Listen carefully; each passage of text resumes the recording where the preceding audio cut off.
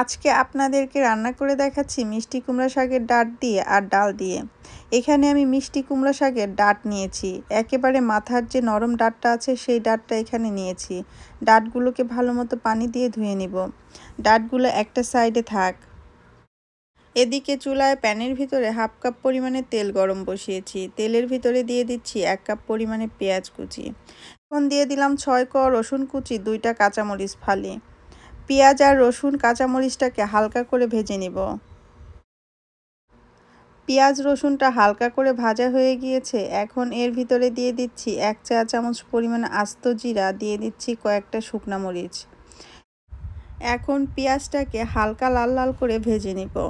পেঁয়াজটা হালকা লাল লাল করে ভাজা হয়ে গিয়েছে। এখন এই পেঁয়াজের ভিতরে দিয়ে দিচ্ছি হাফ কাপ পরিমাণে ডাল। ডালটা আমি আগে থেকে ধুয়ে ভিজিয়ে রেখেছিলাম।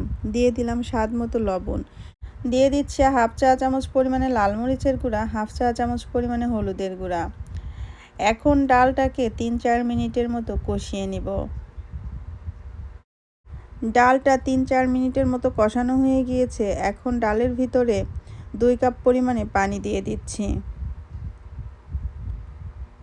অপেক্ষা করব ডালটা সিদ্ধ হওয়া পর্যন্ত।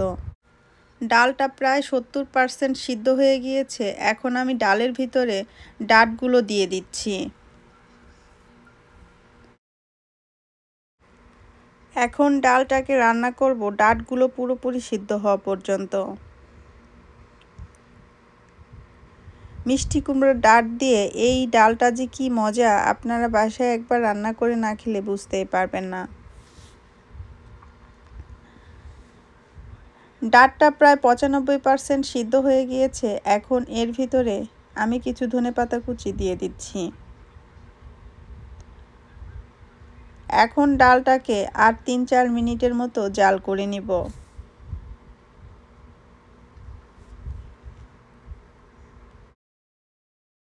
ডালটা আরও 3-4 মিনিটের মতো জাল করে নিলাম।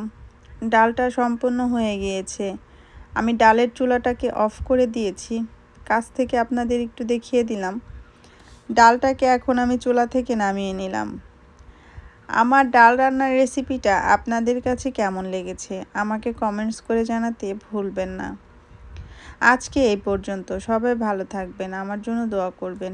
আল্লাহ হাফেজ।